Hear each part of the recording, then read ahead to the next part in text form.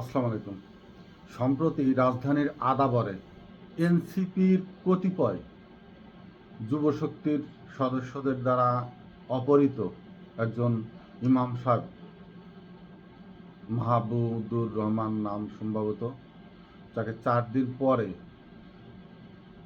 অচেতন অবস্থায় উদ্ধার করা হয়েছে এবং তদন্তে যেটা বেরিয়ে এসছে সেটা এনসিপিরই অঙ্গ সংগঠন যুবশক্তির কতিপয় ছেলেদের দ্বারা।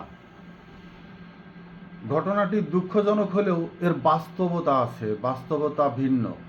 বাস্তবতাটা হচ্ছে তাদের কমিটিতে স্বৈরার শাসকের বিরুদ্ধে যে আন্দোলন গড়ে উঠেছিল এবং যে শক্তি জুলাই আগস্টকে সৃষ্টি করেছিল, অভ্যুত্থান ঘটিয়েছিল, সেই শক্তির বিরুদ্ধে সরাসরি আমলীগের, ছাত্রলীগের বা যুবলীগের যারা তাদের বিরুদ্ধেই অস্ত্র ধরেছিল, তাদের বিরুদ্ধেই অবস্থান নিয়েছিল, তাদের কতিপয় ছেলে এই যুবশক্তির কমিটির অন্তর্ভুক্ত হয়।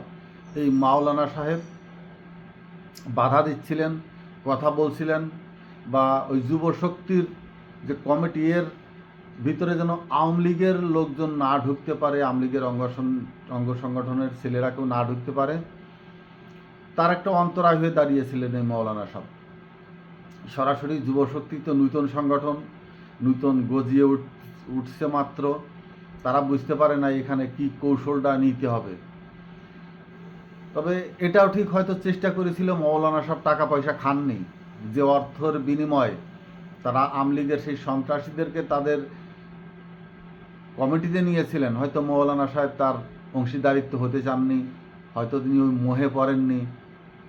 তিনি হয়তো অন্তর থেকে চেয়েছিলেন সুন্দর পরিপাটি পরিচ্ছন্ন ইমানদার মুসলিমদের দ্বারাই এসব কমিটি হোক, বা আগস্টের যে আন্দোলন তার সাথে বেইমানি করতে চাননি। কিন্তু ব্যবসায়ীরা তো বসে থাকবে না, ব্যবসায়ীরা তো সব জায়গাতেই তাদের ব্যবসা চালিয়ে যাবে। এই ধরনেরই ব্যবসায় নিয়োজিত বিএনপির বড় ধরনের একটি অংশ, খুব বড় ধরনের একটি অংশ। এখনও কে কোন বিএনপি কমিটিতে থাকবে, কোন বিএনপি কমিটিতে থাকবে না, আওয়ামী লীগের কত পার্সেন্ট কাদেরকে কমিটিতে ঢুকানো হবে, এবং সর্বময় কমিটিকে চূড়ান্ত করার পরেও আওয়ামী লীগই সুপারিশ করছে, হ্যাঁ এদেরকে নিয়ে কমিটি করা যেতে পারে। শুনলে পিলেই চমকে যাওয়ার মতো, আত্মা চমকে ওঠার মতো, গা ঝাড়ি দিয়ে ওঠার মতো ঘটনা, কিন্তু এটাই বাস্তব।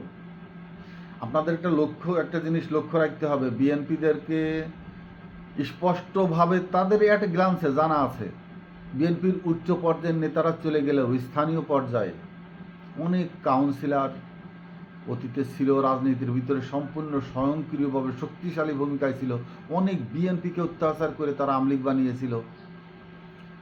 উপজেলা চেয়ারম্যানদের ভাইস চেয়ারম্যান যারা হয়েছিল, বিভিন্ন এই ধরনের স্থানীয় হাজার হাজার নেতা এই সমাজের ভিতরে এখনও তারা নিরাপদে স্বাচ্ছন্দ্যে ঘুরে বেড়াচ্ছে।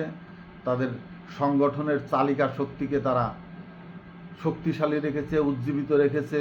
সাংগঠনিকভাবে এখনও তারা গোপনভাবে কমিটি করে সেই কমিটির মাধ্যমে তারা তাদের কার্যক্রম চালিয়ে যাচ্ছে এবং এর পূর্ণাঙ্গ সহযোগিতা করে যাচ্ছে বিএনপিরই এক ধরনের কতিপয় নেতা, যারা ওই ব্যবসার ভিতরে নিয়োজিত, আর্থিক লেনদেনের ভিতরে নিয়োজিত, যারা রাজনীতিকে ভাঙিয়ে, বিএনপিকে ভাঙিয়ে ব্যবসা করতে চায়, নেতা হতে চায়, নামধারী নেতা, জনগণের নেতা না, এরা কতিপয় নামধারী নেতা এবং আওয়ামী লীগের থেকে পয়সা নিয়েই, সেই সব নেতাদের কাছ থেকে পয়সা নিয়েই ছিটানো বিলানো বা যা করার, নিজেকে হাইলাইটস রাখার যে চেষ্টা করছে, এই অহরহ সমস্ত জায়গায় আমি অনেক দূর পর্যন্ত খবর নিয়ে দেখেছি, এরাই নেতৃত্ব দিচ্ছে।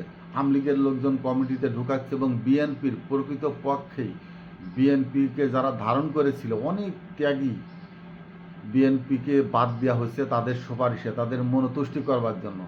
আমি এ ধরনের নেতাদের সাথে টুকটাক বসে এমনি গল্প ছলে কথা বলেছি, তো তারা এটুকু বলে যে বিগত 17 বছরের মতো যে আবার হবে না তার নিশ্চয়তা কি? তখন আমাদের শেল্টার কে দেবে?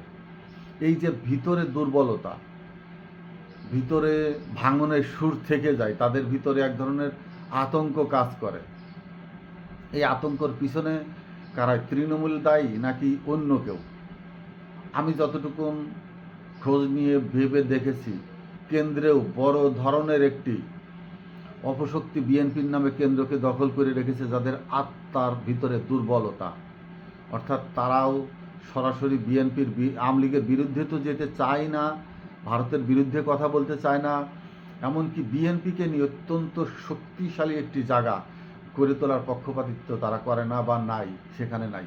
তারা দল করবে, তাদের সুযোগ সুবিধা ভোগ করবে, তবে সেটা তাদের ভিতর থেকেই কোনো আওয়ামী লীগের বিরুদ্ধে কথা বলে, আওয়ামী লীগের বিরুদ্ধে পদক্ষেপ নিয়ে, বা আওয়ামী লীগের কোনো নেতা কর্মীর উপরে তাদের উপর সাথে যে ব্যবহারটা করা হয়েছে সেইটা করতে তারা ইচ্ছুক না, কেউ না।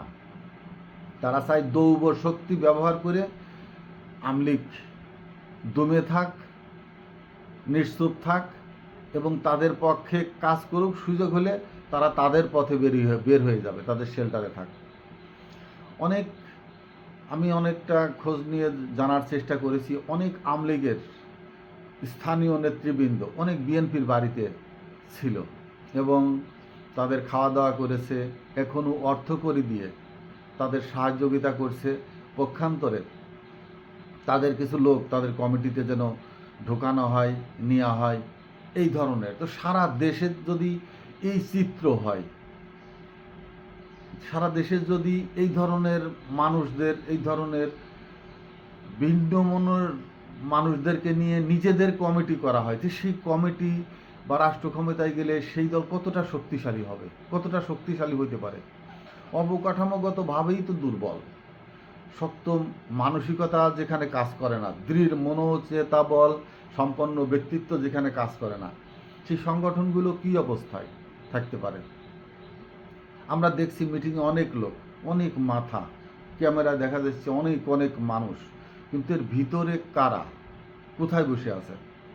আপনারা সম্প্রতি দেখেছেন নিউ ইয়র্কের যে বিএনপির সমাবেশ ঘটেছে ডক্টর ইউনূসকে উপলক্ষ করে জাতিসংঘে ভাষণের সময়, তার ভিতরে ব্যানার ফেস্টুন, ইউনূস বিরোধী ব্যানার ফেস্টুন নিয়ে আওয়ামী লীগের এক নেতা তার ভিতরে ঢুকে সেই ব্যানার উঁচু করে ধরেছিল। যখন দূরের থেকে দেখা গেছে যে ডক্টর ইউনূস বিরোধী ফেস্টুন লেখা, তখন তার কাছে যেয়ে দেখা গেছে তিনি তার একটি এলাকার আওয়ামী লীগের সভাপতি, সে এই ছদ্মবেশ ধারণ করে বিএনপির মিছিলের ভিতরে আছে। এরকম আমাদের নেতারা, স্থানীয় নেতারা, আমি গতকালেও দেখছি যুবদলের যে সংগঠনের এখানে মাগুরাতে হয়েছে, এর ভিতরে কারা লিড দিচ্ছে, কারা আছে এখানে? আশ্চর্য হলেও তো এটাই সত্য যে আওয়ামী লীগ এক নেতার কাছে লোক চাওয়া হয়েছে যে কিছু ছেলে ফেলে দেন, আমাদের যুবদলের সম্মেলনে কিছু ছেলে ফেলে নিতে হবে। তো সে ফোন করে কিছু লোকজন গুছিয়ে দিয়েছে, বিএনপির এক যুবদলের নেতা সেই ছেলে ফেলে নিয়ে ওই জেলার যেখানে সম্মেলন হচ্ছে সেখানে নিয়ে হাজির হলো। এই এই জিনিসগুলো, অর্থাৎ নিজেদের যে অসহায়ত্ব, এর কারণ কি? এর কারণ হলো বিএনপির স্থানীয় যে নেতারা, তারা সাধারণ মানুষের কাছে যেতে ভয় পায়, তারা নূতন নেতৃত্ব উঠে আসুক এতে ভয় পায়।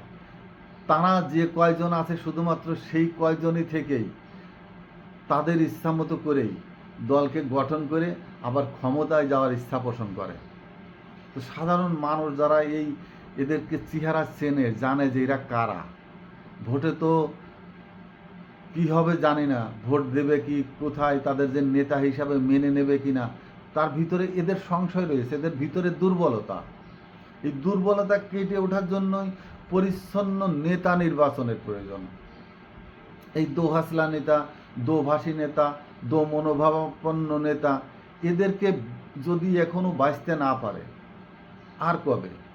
বড় ধরনের সমস্যা হলো, প্রথমত একেবারে কেন্দ্র থেকে তৃণমূল পর্যন্ত সেকেন্ড লাইনের যে দালাল নেতৃত্ব গড়ে উঠেছে, এদেরকে যদি এখনও এক পিছে না করা হয়, দল দুর্বলভাবেই সংগঠিত হবে।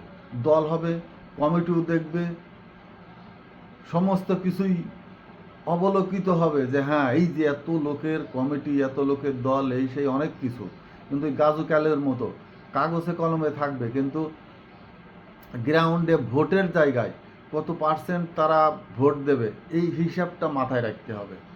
কমিটি দেখে যদি ভোট গণে ভোট হিসাব করে, বিএনপির আরও একটি ভুল হয়ে যাবে।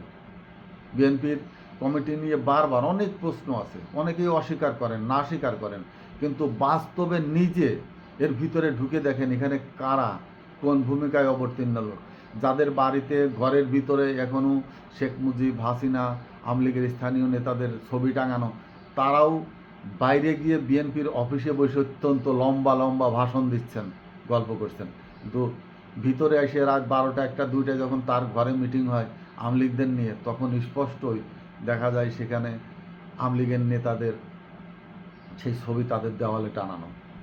এর থেকে বের হয়ে যে দালাল গোছের নেতৃত্ব বিএনপিতে গড়ে উঠেছে, তৈরি হয়েছে, এর থেকে বিএনপিকে যদি মুক্ত করা না যায়, বললাম কমিটি হবে, কিন্তু রাজনীতিতে যখন শক্তিশালী হিসাবে মাঠে দাঁড়িয়ে এককভাবে নিজেদেরকে যে অস্তিত্ব প্রকাশ করা, এখানে অনেক দুর্বলতাই থেকে যাবে। জিয়াউর রহমান শহীদ হওয়ার পর আরও 2বার বিএনপি ক্ষমতায় থেকে গেছে, 2বারই তাদের যে নাজুক পরিস্থিতি এবং শক্ত কোনো সিদ্ধান্ত বিএনপি নিতে পারে না। শক্ত নেতৃত্ব নিয়ে সঠিকভাবে রাষ্ট্রীয় কাঠামোতে অত্যন্ত শক্তিশালী প্রদর্শন করতে বিএনপি পারে না। অর্থাৎ এই যে বিএনপির ভিতরে দুর্বল চিত্তের মানুষ, ব্যবসায়িক চিত্তের, দুর্বল বলতে তারা সাহসী, সব কিছু ঠিক আছে, কিন্তু তাদের মাথার ভিতরে সবসময় ব্যবসা দিকটা আগে খেয়াল করে, তাদের সুযোগ সুবিধার আগে খেয়াল করে, দলের নয়, তাদের ব্যক্তি স্বার্থকে নিয়ে তারা দলকে ব্যবহার করে। দল তাদেরকে ব্যবহার করার জন্য নিলেও তারা নিজেদেরকে দলের পদ পদবি ব্যবহার করে ধন সম্পদের পাহাড় গড়ে উঠেছে, যার জন্য বিএনপি দুর্নীতিতে যে চ্যাম্পিয়ন হয়েছিল এবং এখনও আমেরিকার স্টেটে বিএনপিকে ওই টেরিজম সংগঠন হিসাবে এখনও সেইভাবেই রয়ে গেছে। গতবার যে বিএনপির যে পদ, বিএনপির নামে যে সন্ত্রাসী দল হিসাবে যে আমেরিকাতে নথিভুক্ত হয়েছিল, অন্তর্ভুক্ত হয়েছিল, সেখান থেকে কিন্তু বিএনপি বের হয়ে আসতে পারেনি। বিএনপির লবিংয়েও দুর্বল, যাদেরকে বিশ্বাস করেছে তারা বিশ্বাসঘাতকতা করেছে। অর্থাৎ নেতা নির্বাচনে বিএনপি ভুল করছে, ভুল করে। বিএনপির দর্শন খুব কম, বিএনপির সিকিউরিটি, অভ্যন্তরীণ সিকিউরিটি ব্রাঞ্চ দালালদের হাতে ভরপুর। হয়তোবা তৃণমূলের সঠিক তথ্য বা নেতার আচার আচরণের সঠিক তথ্য একেবারে কেন্দ্রে যারা সঠিক জিয়াউর রহমানের আদর্শকে ধারণ করে নেতৃত্ব দেন, তাদের কাছে পয়সাই কম, অথবা তারা বিক্রি হয়ে যায়, এই দালালদের কাছে তারা বিক্রি হয়ে যায়। অতএব প্রথম পদক্ষেপ হবে বিএনপির একেবারে কেন্দ্রে যারা এতদিনও ব্যর্থতার পরিচয় দিয়েছে, তাদের সমূলে উৎপাটন করে নূতনভাবে নূতন একটি সংগঠক, নূতন কিছু মানুষ, নূতন কিছু ব্যক্তিত্ব সেখানে উপস্থিত করা এবং তাদের দিয়ে নূতন করে গড়ে তোলার চেষ্টা করা। পুরনদেরকে রাখতে হবে, সেই জায়গাটাই রাখতে হবে যেখানে থাকলে দল নিরাপদ থাকে। তাদের হাতে দলের নিরাপত্তা দেওয়া যাবে না যারা 15 বছর ধরে দলকে ব্যবহার করে বিভিন্নভাবে সুযোগ সুবিধা নেওয়ার চেষ্টা করেছে। আমি বিএনপির নেতৃবৃন্দের দৃষ্টি আকর্ষণ করে বলছি, খুব সতর্কতার সাথে যদি কমিটি বা সংগঠন মজবুত করার চেষ্টা না করা হয়, আত্মীয়তার পরিচয় দিয়ে, কে কার মামা ভাগ্নে এইসব পরিচয় দিয়ে পয়সার বিনিময়ে কমিটি করলেন, সব কিছু করলেন, কিন্তু আপনার ভবিষ্যতে যে বিপদের সম্মুখীন হবে সেই জায়গাটাও চিন্তা করতে হবে। যে পয়সাটা আপনি উপার্জন করছেন, আওয়ামী লীগের কোটি কোটি, শত শত কোটি কোটি টাকার বড় বড় মালিক, কেউ নেতা, কেউ দেশান্তর, পরিবার পরিজন নিয়ে বিভিন্নভাবে পালিয়ে বেড়াচ্ছেন। এই অবৈধ অর্থ উপার্জন করে কী লাভ যদি সেটা নিজে উপভোগ করা না যায়? অতএব সৎ থেকে, ভালো থেকে যে কয়টি পয়সাই আপনি নেন না কেন, সেটা নিয়ে মানুষের জনপ্রিয়তায় দেশে থাকার চেষ্টা করুন, সেটাই সম্মান। অর্থ যেমন অর্থ আছে, কমিটিতে নাম নাই। আমি বিএনপির অনেক অর্থশালী নেতা, ধন সম্পদের নেতা, বাজার ঘাজার বড় বড় দোকান টোকান অনেক কিছু, মাঠ ভর্তি সম্পদ, কিন্তু তাদের লিস্টে নাম যাচ্ছে না, কারণ তারা আওয়ামী লীগের চূড়ান্ত দালাল হিসাবে আখ্যায়িত করেছেন। আওয়ামী লীগকে তারা এমনভাবে শেল্টার দিয়ে রেখেছেন যেন তারাকে আওয়ামী লীগ না বিএনপি এটাই ধরা কষ্ট, অথচ তারা পরিচয় দেন বিএনপি। তো এই অর্থ থেকে লাভ নেই তো। কিন্তু অনেক রিক্সা চালক, ভ্যান চালক, ইজি বাইক চালক, তারা ন্যায় নিষ্ঠার সাথে দলের সাথে সম্পৃক্ত, তারাই দলের যোগ্য ব্যক্তিত্ব, ধন সম্পদ দেখে নয়। এই ধন সম্পদশালীদের হাত থেকে দলকে যেমন অবমুক্ত করতে হবে, তেমনি দলের লোককে, কোনো সমাজের সম্মানিত লোক বলতে যা বোঝায়, দলের জন্য তারা সম্মানিত নাও হতে পারে, এই জিনিসগুলো বুঝতে হবে। সমাজে অবৈধভাবে তার গোষ্ঠী আছে, লোকজন আছে, অনেকের সম্পদ দখল করে রেখেছে, অন্যায় সালিশ করে রেখেছে, গরিব নিরীহ মানুষদেরকে উপর নির্যাতন করেছে, তারা নিজেদেরকে সমাজের অধিপতি হিসাবে প্রতিষ্ঠিত করেছে, কিন্তু মানুষ, সমাজ অধিপতি সে, কিন্তু মানুষ তাদেরকে মনে মনে ঘৃণা করে, সম্মানিত নয় সে। এদেরকে এখনই বেছে ফেলতে হবে। বেছে ফেলে ন্যায়, নীতিবান, যোগ্য, সৎ মানুষদেরকে যত দলে অন্তর্ভুক্তি করা হবে, দল তত আর্থিকভাবে শক্তিশালী হবে এবং সেই সংগঠনটাই শক্তিশালী সংগঠন হবে। আসসালামু আলাইকুম।